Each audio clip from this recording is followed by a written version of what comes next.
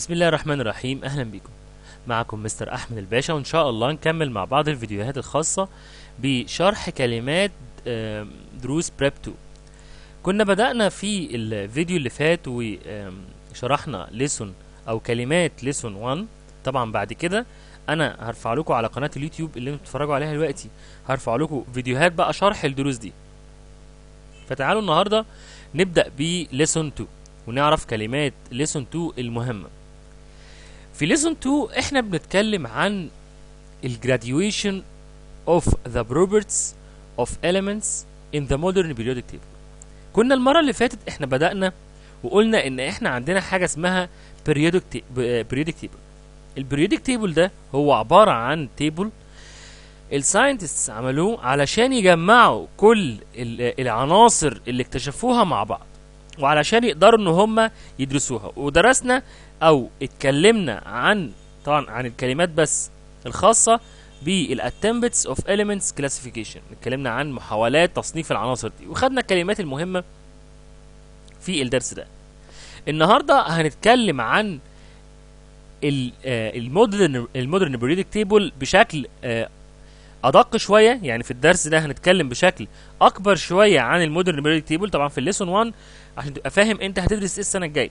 في ليسون 1 هو بس بيكلمك نظريا كده عن الجدول الدوري او عن المودرن بريودك تيبل. المودرن بريودك تيبل اسمه الجدول الدوري.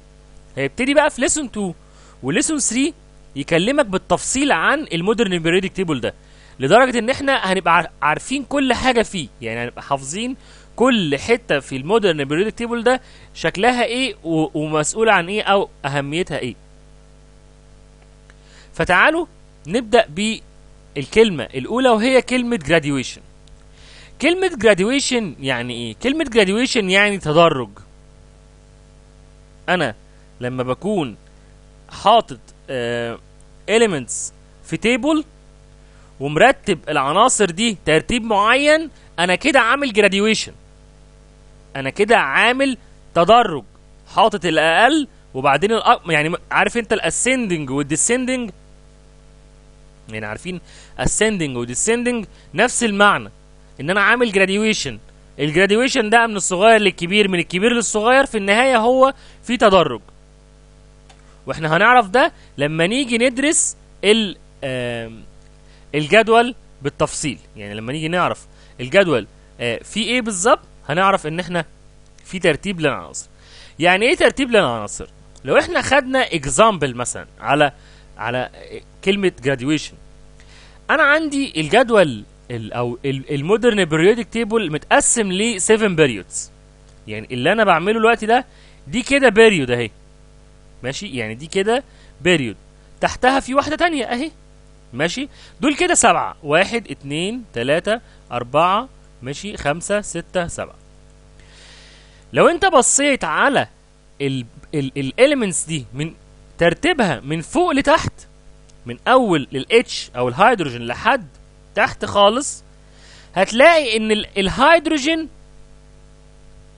الاتوميك نمبر بتاعه او العدد الذري بتاعه اقل من الليثيوم، اقل من الصوديوم، اقل من البوتاسيوم.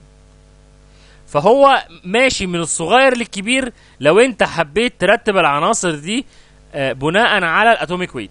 مثلا انا بتكلم كمثال في حته الجراديويشن. كلمه جراديويشن كلمه مهمه جدا، انتوا لازم تكونوا عارفينها. هي معناها تدرج، لان احنا هنتكلم كتير جدا عن كذا نوع من انواع التدرج جوه الجدول الدوري ده. الجدول ده مش سيمبل، يعني مش زي ما انتوا شايفينه كده بسيط، لا ده فيه افكار كتير وفيه كلام كتير جدا يتقال عليه. تاني حاجه اسمها الحجم الذري اتوميك سايز. واتوميك سايز مقصود بيها حجم الذره نفسها، في ذره صغيره وفي ذره كبيره. وهنتكلم زي ما انا على فكره كنت بقول لكم من شويه، ان هو لو انت بصيت للاتوميك ويت هنا او الاتوميك نمبر او السايز عموما، هتلاقي ان السايز فوق قليل وتحت كبير. هتلاقي ان السايز في اول الجروب كبيره وفي اخر الجروب سوري، في اول الجروب صغيره وفي اخر الجروب كبيره. هنعرف يعني ايه جروب دلوقتي. بنقول ان اتوميك سايز يعني حجم الذري. كلمه مهمه جدا لازم تحفظوها صم وتكتبوها مظبوط جدا. انا بفكركم ان اللي يهمني في الكلمات دي هي فقط كتابة الكلمات، انك تحفظها عشان لما اجي اشرح لك واقول لك كلمة الكترونيجاتيفيتي بتتكتب ازاي ومعناها ايه تكون معايا، عشان لما انا اشرح حاجة اكبر منها، يعني امسك بقى الالكترونيجاتيفيتي دي اشرحها مظبوط، تكون انت فاهم يعني ايه الكترونيجاتيفيتي. الكترونيجاتيفيتي يعني السالبية الكهربية. كلمة سالبية عاملة زي الماجنت، عاملة زي المغناطيس، عاملة زي المغناطيس. انت لما بتشوف الماجنت في نيجاتيف بول وبوزيتيف بول، في اقطاب، في يعني في حالة من الماجنتيزم. برضو لما نيجي نتكلم على الاتومز بنقول ان الاتومز دي ليها برضو حتة ماجنتيزم كده، بتجذب الحوالات الحاجات اللي بعضها. يعني the ability of atom to attract another atoms دي معناها electronegativity، ده معنى كلمة electronegativity. المهم انا مش مطلوب منك تحفظ حاجة دلوقتي، بس انت تحفظ كلمة electronegativity. الكلمة اللي بعد كده هي كلمة metal. metal يعني فلز. عندنا مثلا لما اجي اقول لك ايرون، الايرون ده ميتال، كابر ميتال، يعني ده صفة فيه ان هو ميتال ولا نون ميتال؟ لا ده ميتال.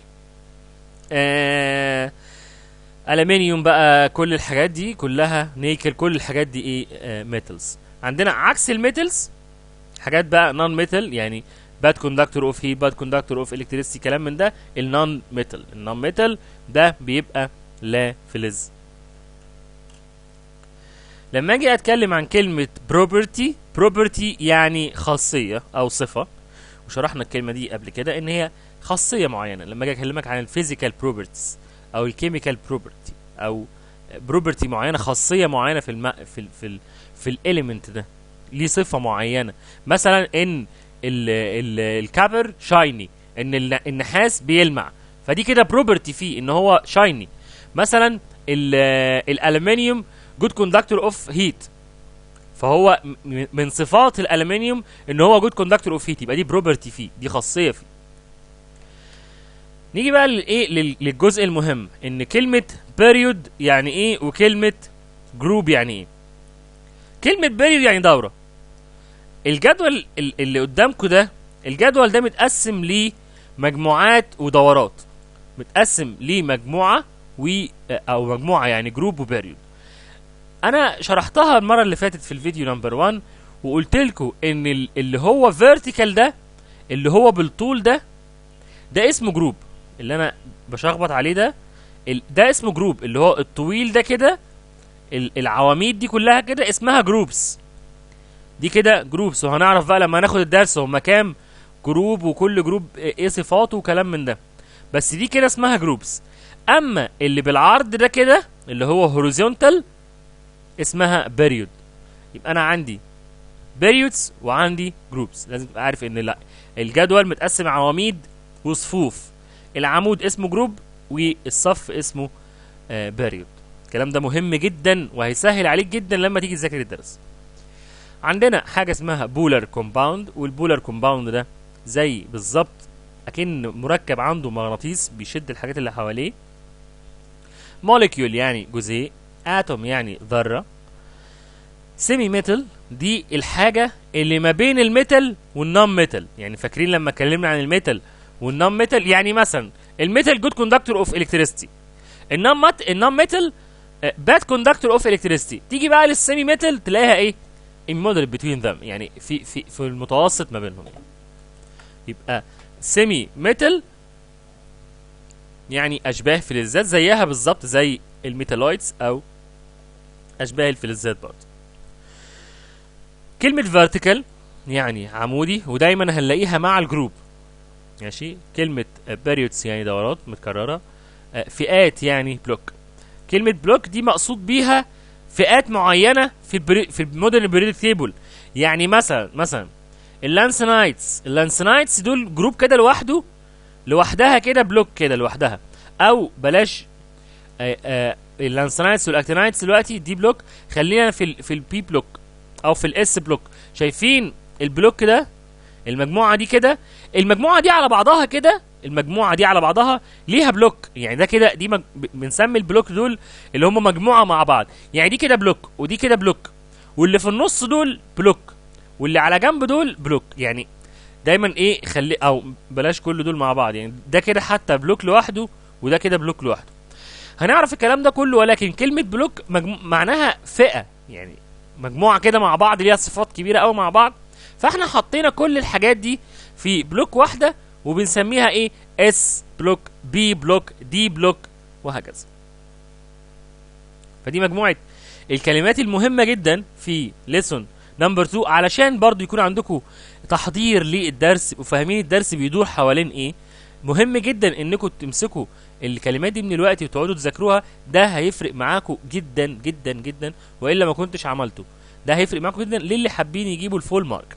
كده كده ان شاء الله هننزل شرح الدروس وهتكون يعني واضحة جدا ومفيدة ليكم. اتمنى ان انتوا تحفظوا الكلمات دي كويس، واي حد عنده مشكلة يبعت لي على الواتساب او على الجروب بتاعنا، ونتقابل ان شاء الله في ليسون نمبر 3. وليسون نمبر 3 هيكون ان شاء الله بيكمل برضو اللي بنتكلم فيه على المودرن بيريودك تيبل، وهنتكلم على المين جروبس ان ذا مودرن بيريودك تيبل. بشكركم، كنت معكم مستر احمد الباشا. باي باي.